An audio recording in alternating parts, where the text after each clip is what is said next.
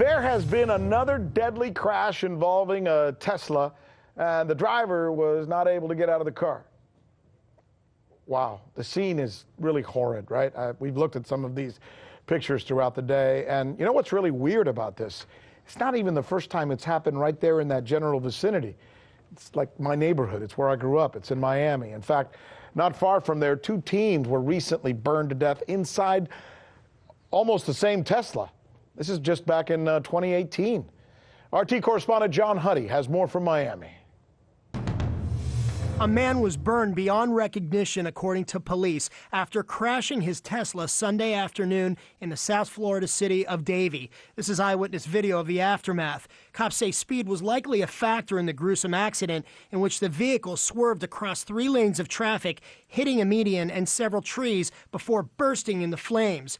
Firefighters said they couldn't open the car doors. The man was trapped inside. To make matters worse, after the vehicle was towed from the crash scene, the car continued to reignite, with city fire officials blaming the electric battery. It's the latest deadly incident involving a Tesla, raising more concerns about the car's safety and, in particular, the autopilot feature and electric battery. Earlier this month, a New Jersey man blamed his ex-model Tesla's autopilot for a crash in which the vehicle owner said the car swerved to the right, sending him into the median, before the driver said he was able to correct the turn and avoid slamming into a sign head-on. He was lucky. Last year, several deadly crashes involving Tesla vehicles made headlines, including this one in Silicon Valley, when a 38-year-old man was killed when his Tesla, driving on autopilot, sped up and slammed into a concrete barrier. That, according to investigators. The National Transportation Safety Board said in a report that the car battery also caused the car to catch fire. Tesla's autopilot was first enabled in October 2015. The system combines radar-controlled cruise control with automatic steering to stay within the painted lanes. The first recorded fatality blamed on the feature was in Florida in 2016, when a Model S Tesla crashed into a truck that turned into its path. Tesla maintains the autopilot is intended for use only with a fully attentive driver who has their hands on the wheel and is prepared to take over at any time. Still, the feature is controversial, with some critical of the overconfidence put in it by some drivers, and even Tesla boss Elon Musk, who last year encouraged people to try the autopilot feature and continues to push for so-called driverless cars. But Tesla's autopilot feature and its functionality is enough of a concern that European safety regulators haven't approved it yet, so the Model 3s on sale now in Europe are not equipped with it. At least not yet, anyway. You know, this doesn't look good for Tesla, John. I got to tell you, although I also want to be fair, right? Because they're, you know, the big shiny object that's getting all the attention right now.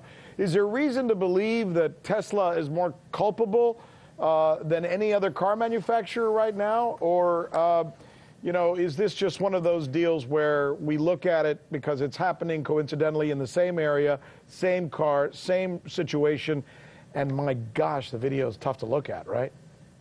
Yeah, it is. Look, it's a great question, and I think that it's worth asking the questions about the safety aspects of the autopilot feature, because this has come up. I mean, it was responsible for that fatal crash in Mountain View, California last year, that according to the National Transportation Safety Board. But Tesla will maintain, on the other hand, that in ratio to the number of miles driven by these cars, that these crashes are very low, and that you have to basically kind of look at the big picture. However, as far as, you know, just going back to this latest deadly crash here in Florida, Rick, the cause remains under investigation, and just some background here, it's unclear as of yet if the driver was using the autopilot feature or if he was simply going too fast and lost control. That is part of the investigation. I called the police department today. They said they're still looking at everything. Further, it's also unclear if the doors were locked because of some kind of malfunction or mechanical error, trapping horrendously that driver inside. Regardless, Tesla released a statement. I called. They referred me to this, saying, "We are deeply saddened by this accident, and our thoughts are with everyone affected by this tragedy. We have reached out to the local authorities to offer our cooperation. We understand that speed is being investigated as a factor in this crash, and know that high-speed collisions can result in a fire in any type of car, not just electric vehicles, end quote. John Huddy, we thank you so much for that report. I'm glad we got you there asking these questions. And you know what? We're going to continue to ask them. You know, that's what we're here to do. Thanks so much, my friend. I'm Rick Sanchez. You found us on YouTube, and that's awesome. But you know what? I'm also live every night at 7 and 8 p.m. Eastern on DirecTV and Dish and cable and satellite, the RT app, and Pluto TV. I'll see you there.